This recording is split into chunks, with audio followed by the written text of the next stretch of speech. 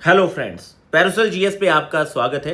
मित्रों, आपके 16वें वित्त आयोग के द्वारा बिहार को अलग अलग मदों में कितना बजट अलॉट किया गया है, कितना पैसा फंड जो है सेंटर के द्वारा ट्रांसफर किया जाएगा, ये फैक्ट आंकड़े बड़े महत्वपूर्ण है और ये आपके इकोनॉमी सेक्शन में एक प्रश्न बन सकता है, तो थोड़ा आप इसे ध्यान से देखेंगे। देखिए, 16वां जो आपका वित्त आयोग है, इसके अध्यक्ष डॉक्टर अरविंद पनगड़िया एक जनरल तथ्य है और आपको ये भी याद होगा कि संसद में इन्होंने अपनी रिपोर्ट जो है 1 फरवरी 2026 को प्रस्तुत की थी और इसका जो टाइम पीरियड है, आपका टोटल मैच्योरिटी पीरियड है, ये 2026-27 से लेकर 30-31 तक मान्य माना जाएगा। अब देखिए, आप लोग जानते होंगे कि जो विभाज्य कर पूल है आपका स्टेट्स का, ये 41% तक है। ठीक है, अब इसमें जो बिहार का विभाज्य कर पूल है, ये कितना है, 9.95% है, जो कि पहले 15वें वित्त आयोग के अकॉर्डिंग 10.06% था। तो ऐसा एक स्टेटमेंट बन सकता है कि ये पहले से ज्यादा है कि कम है, तो पहले से थोड़ा कम हुआ है। तो आप ये दोनों ही आंकड़े जो हैं याद रखिए, बड़े महत्वपूर्ण है। अब दूसरी बात यह है कि अगर बात की जाए टोटल डिविजिबल पूल की, तो बिहार दूसरे नंबर पे है, सबसे ज्यादा उत्तर प्रदेश को है, फिर सेकंड ये स्टेट है जिसे सबसे ज्यादा मतलब बड़ा लाभार्थी राज्य है।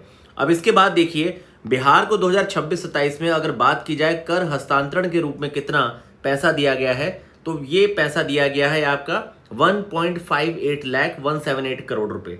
ठीक है, और टोटल अगर बात की जाए कि ग्रामीण स्थानीय निकाय को कितना दिया गया है, तो 51,923 करोड़ रुपए दिया गया है। शहरी स्थानीय निकाय को दिया गया है 9,169 करोड़ रुपए और आपदा प्रबंधन के लिए 13,615 करोड़ है। और वहीं पटना को विशेष आधारभूत संरचना परियोजना के लिए 5,000 करोड़ दिया गया है। अब होता क्या है, इस तरह के आंकड़े, जैसे मान लीजिए पटना को 5,000 दिया गया है, यहाँ पे एक्सेसिव आंकड़ा 50,000 करोड़ कर दिया जाए। अब आप लोग भी जानते हैं कि भारत की भी जो है रेंज है, एक मतलब किसी भी स्टेट को किसी पर्टिकुलर चीज के लिए फंड देने की, तो 50,000 करोड़ जैसा एक एक्सेसिव आंकड़ा यहाँ पे यूज किया जा सकता है। और आपने 5,000 अगर एक बार पढ़ा होगा तो आपको बड़ा डाउट हो जाएगा कि 5 था कि 50 था।